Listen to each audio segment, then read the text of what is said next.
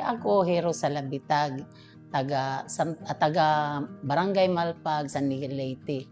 Ang trabaho hadton akon asawa is labasero. Hapag kaya na, waray na hiya maglabas kay may dahiya sakit, tapos may dahiya maintenance ng medisina. Ako liwat, hapag kaya na, usa ako nga GO, naka-assign ako ha terminal.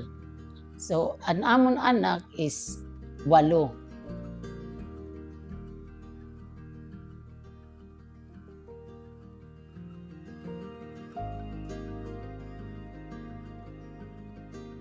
Hiya di da nga amon 8 bagat nagkukurigod kami as in ato nga panahon.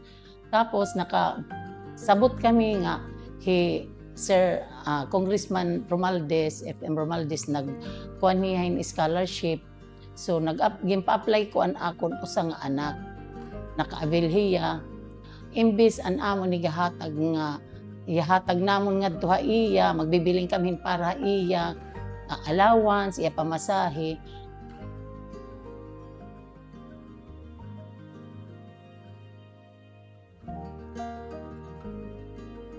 Ako ito nga bulig niya amon.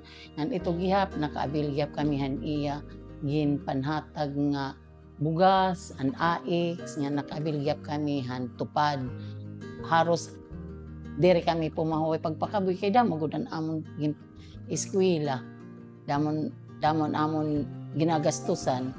So, maganda ko nga kuan adto namon na bulig niya amon.